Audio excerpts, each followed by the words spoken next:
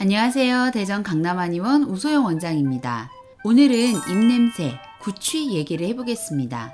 입냄새를 진료하면서 아이러니를 느낄 때가 참 많은데요. 정말로 입냄새가 심한 분들은 오히려 입냄새 치료를 하지 않는 경우가 많으십니다. 왜냐하면 그런 분들은 코가 안 좋아서 냄새를 맡지 못하시는 경우가 많거든요. 제가 입냄새 진료를 오래 했지만 진짜 입냄새가 아주 심했던 분들은 입냄새 진료 때문에 오시는 것이 아니라 비염이나 코막힘 때문에 오시는 경우가 더 많으셨고요. 정작 입냄새 때문에 너무 힘들어 하시는 분들 중에는 마주 앉아 상담을 했을 때 제가 환자분 입냄새를 느끼지 못하는 경우가 더 많았습니다.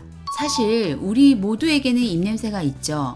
어느 정도는 괜찮고 또 어느 정도는 안 괜찮은지 객관적인 기준은 없습니다. 마치 어느 정도 날씬해야 날씬한 것인가 하는 거와 같은 문제죠. 자, 이런 아이러니가 있지만 그래도 입냄새 때문에 고민하시는 분들을 도와드리고 싶어서 오랄 크로마 검사 기계로 구취가스 분석도 해보고 또 혀 사진을 찍어서 혀를 진찰하는 설진도 꼼꼼히 하고요. 또 혀뿌리 쪽에 또 백태가 너무 많은 것은 아닌지 여러 가지 가능성을 살피곤 합니다. 그런데 사실 입냄새가 고민이라서 멀리 대전에 있는 저희 한의원까지 찾아오시는 분들은 평소 관리를 매우 철저히 하시는 분들이 많으세요.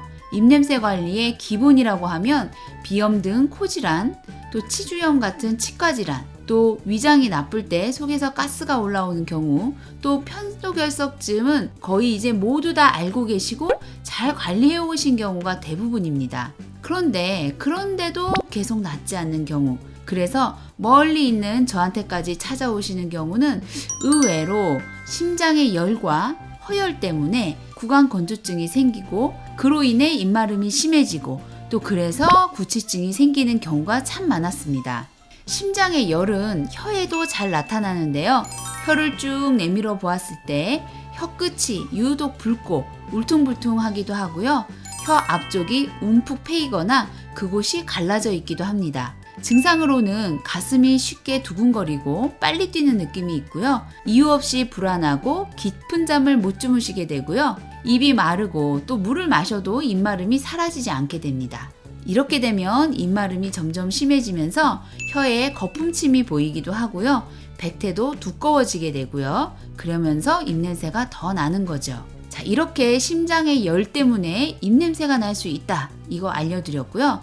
그 다음은 허열인데요. 이 허열도 입냄새를 참 악화시키는 요인인데요.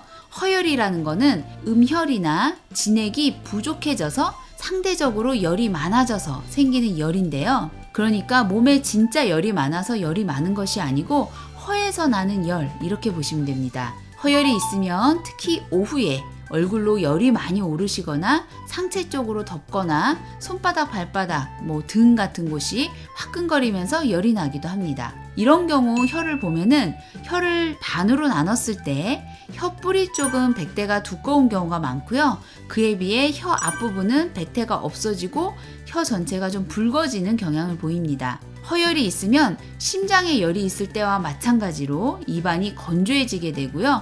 거품침이 보이거나 백태가 생기면서 구취가 심해질 수 있고요. 이런 건조증이 더 심해지다 보면은 혓바닥이 쩍쩍 갈라지기도 합니다.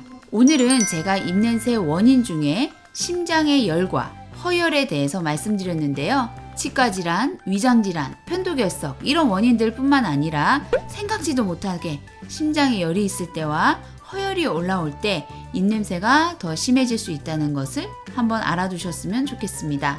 오늘도 좋은 하루 되시고요. 건강한 하루 되세요. 감사합니다.